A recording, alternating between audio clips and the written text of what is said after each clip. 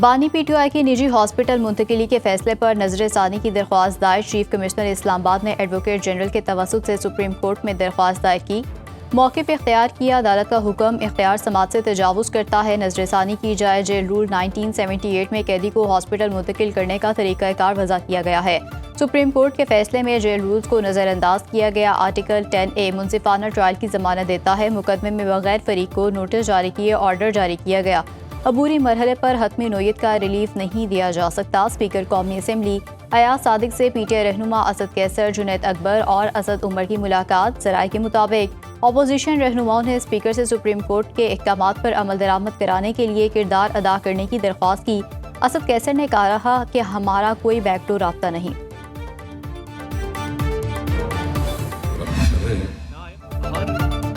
نون league نے کبھی صحت کے معاملے پر سیاست نہیں کی۔ وفاقی وزیر اطلاعات عطا تارڑ نے کہا کہ بانی پی ٹی آئی کو صحت کی سہولتیں دی جا رہی ہیں۔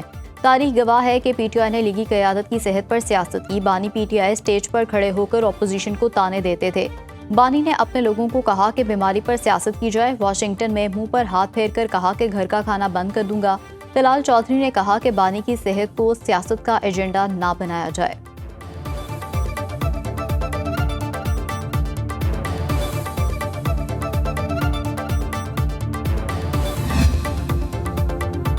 بلاول بھٹو نے بانی پی ٹی آئی کے حوالے سے سپریم کورٹ کا فیصلہ خوش آئند قرار دے دیا۔ بلاول بھٹو کی سربراہی میں پیپلز پارٹی وفد کی اپوزیشن چیمبر آمد۔ اپوزیشن لیڈرز محمود اچکزئی اور علامہ راجہ ناصر عباس سے ملاقات، ملکی مجموعی سیاسی صورتحال پر گفتگو۔ بلاول بھٹو زرداری نے کہا کہ بانی پی ٹی آئی کی علاج کے لیے ہاسپٹل منتقلی اچھی جمہوری روایت ہے۔ انہوں نے اپوزیشن سے پارلیمانی کمیٹیوں میں فعال کردار ادا کرنے کی درخواست کی۔ اپوزیشن رہنماؤں نے کہا کہ وہ پی ٹی آئی چیئرمین سے مشاورت کے بعد فیصلہ کریں گے۔ پارلیمان میں قانون سازی کے حوالے سے رابطے بڑھانے پر اتفاق۔ ملاقات کے بعد میڈیا سے گفتگو کرتے ہوئے بلاول بھٹو نے کہا کہ پیپلز پارٹی نے ہمیشہ پارلیمان کو عزت دی۔ تمام جماعتیں چاہتی ہیں کہ الیکشن شفاف ہوں۔ نئے صوبوں کے حوالے سے اتفاق رائے ضروری ہے۔ پی پی کے جائز مطالبات پورے کرنے کے لیے نون لیگ نے کوئی کام نہیں کیا۔ پنجاب کے خلاف سازش کا سوچ بھی نہیں سکتا۔ اسلام آباد اور راولپنڈی میں موسلا دھار بارش، نشیبی علاقے زیر آب، سڑکیں، تالاب، گاڑیاں ڈوب گئیں۔ ٹریفک کی روانی متاثر، F11 G12 اور I11 میں بارشی پانی جمع۔ راولپنڈی کی کئی آبادیوں میں پانی گھروں میں داخل۔ نالندئی میں طوفانی خطرے کے سائرن بج اٹھے۔ کٹاریاں اور گوال منڈی کے مقام پر الرٹ جاری۔ پیر ودائی، اوان کالونی، شمس آباد، صادق آباد، شکریال، ڈھوک کالا خان میں ہر طرف پانی ہی پانی۔ جان کالونی، شیر زمان کالونی، پیپلز کالونی، راجہ اکرم کالونی، شالے ویلی کی سڑکیں جھیل بن گئیں۔ ڈوکھسو میں 2 گھروں کی دیواریں گر گئیں۔ بارش کے دوران شکستہ حال، میٹرو بسوں کی چھت ٹپکنے لگی۔ شہریوں نے ویڈیو شیئر کر دی۔ وزیر اعلیٰ مریم نواز کا بارشوں کے دوران تیز ترین نکاسی آب آپریشن کا حکم۔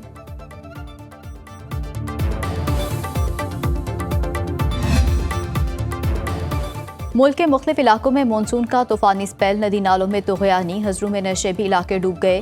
سڑکیں اور گلیاں جھیل کا منظر پیش کرنے لگیں۔ سوابی میں بارش سے نشیبی علاقوں میں پانی جمع، بجلی غائب۔ گوجر خان، ڈسکا، نورکوٹ، کرتارپور، پسرور میں بادل جم کر برسے۔ شکر گڑھ میں پانی گھروں میں داخل۔ نالابئی میں درمیانے درجے کا سیلاب، پانی کی سطح مسلسل بلند۔ دریائے سندھ میں کالا باغ، چشمہ، تونسا اور گڈو بیراج پر نچلے درجے کا سیلاب۔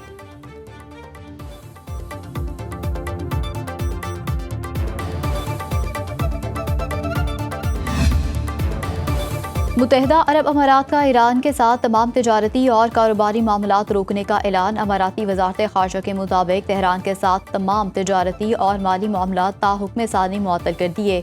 فیصلہ خطے میں بڑھتی ہوئی کشیدگی کے پیش نظر کیا گیا۔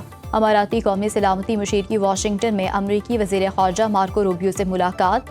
ایران کے خلاف سیکیورٹی تعاون اور خطے میں باہمی رابطہ کاری کو مزید مضبوط بنانے پر مشاورت۔ امریکی وزیر خارجہ مارکو روبیو نے اپنا ہرمز میں بحری جہازوں کی آزادانہ آمد و رفت یقینی بنانے کی اہمیت پر زور دیا۔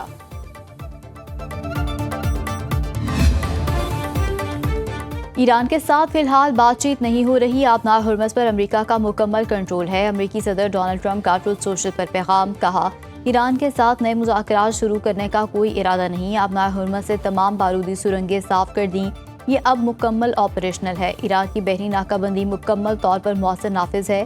ایرانی پارلیمان کے اسپیکر باقر کالباف کا دورہ عراق، میڈیا سے گفتگو کرتے ہوئے کہا کہ ایک بار پھر فوجی ایکشن سے سفارتکاری کا وقت آ گیا۔ آبنائے ہرمز اس وقت تک بند رہے گی جب تک بحری ناکہ بندی ختم نہیں ہوتی، ایران کے منجمد اثاثے جاری نہیں کیے جاتے اور فوجی آپریشنز بند نہیں ہوتے۔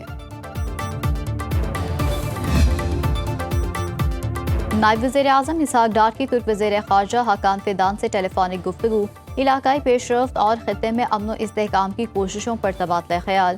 ترک وزیر خارجہ کی نائب وزیر اعظم کو رواں ماہ کے آخر میں استنبول میں R4 وزرائے خارجہ اجلاس میں شرکت کی دعوت۔ ترجمان دفتر خارجہ کے مطابق پاکستان 2027 میں SCO سمٹ کی میزبانی کرے گا۔ اسحاق ڈار کی زیر صدارت اجلاس میں تیاریوں کا جائزہ لیا گیا۔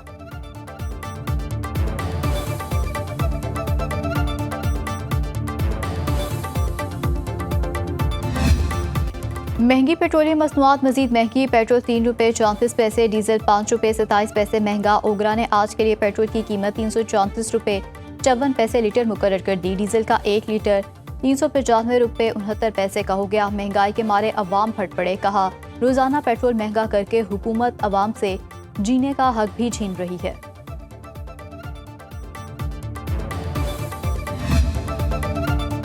وزیر اعظم شہباز شریف کا پیٹرولیم قیمتوں میں ہر ممکن ریلیف کا حکم۔ وزیر پیٹرولیم علی پرویز ملک کی وزیر اعظم سے ملاقات۔ شہباز شریف کی آئل ریفائنری سے مذاکرات کے لیے علی پرویز ملک کو فوری کراچی پہنچنے کی ہدایت۔ وزیر اعظم نے کہا کراچی جا کر مقامی طور پر تیار کردہ ڈیزل کی قیمتوں میں کمی کے لیے اقدامات یقینی بنائیں۔ وزیر پیٹرولیم بذات خود ریفائنری سے مذاکرات کو جلد از جلد مکمل کریں، جس قدر ممکن ہو عوام تک فوری ریلیف پہنچایا جائے۔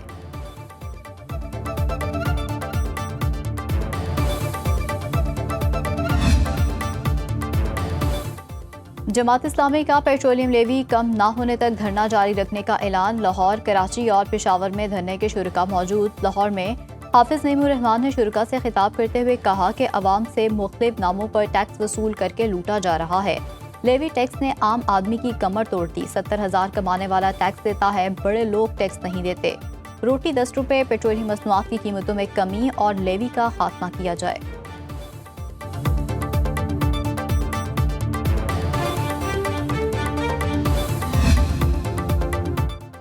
حکومت نے چھوٹے تاجروں کے لیے خصوصی ٹیکس ریٹیلر اسکیم ایپ کا اجرا کر دیا۔ وفاقی وزیر خزانہ محمد اورنگزیب نے کہا ایپ کا اجرا ٹیکنالوجی کے ذریعے ٹیکس نظام کو مزید مؤثر بنانے کی کوششوں کا حصہ ہے۔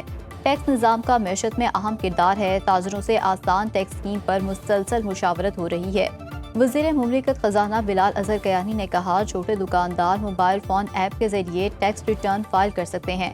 اسکیم کے ذریعے پوائنٹ آف سیل سے استثنا دیا جائے گا۔ چھوٹے تاجروں کو گرین پلیٹ جاری کی جائے گی۔ جس دکان پر ریٹ آویزاں ہوگی وہاں FBR کا سٹاف داخل نہیں ہوگا۔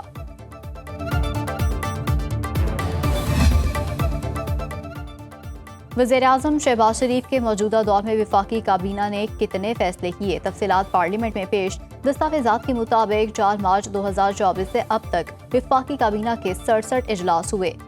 موجودہ کابینہ نے اب تک 2548 فیصلے کیے۔ 2173 فیصلوں پر عمل درآمد ہوا۔ 375 فیصلے زیر عمل ہیں۔ وزیر انچارج کابینہ ڈویژن نے کہا کابینہ ڈویژن وزارتوں اور ڈویژنز کی جانب سے کابینہ فیصلوں پر عمل درآمد کی نگرانی کرتا ہے۔ کابینہ ڈویژن کو وزارتوں ڈویژنز کی مجموعی کارکردگی کی نگرانی کا اختیار حاصل نہیں۔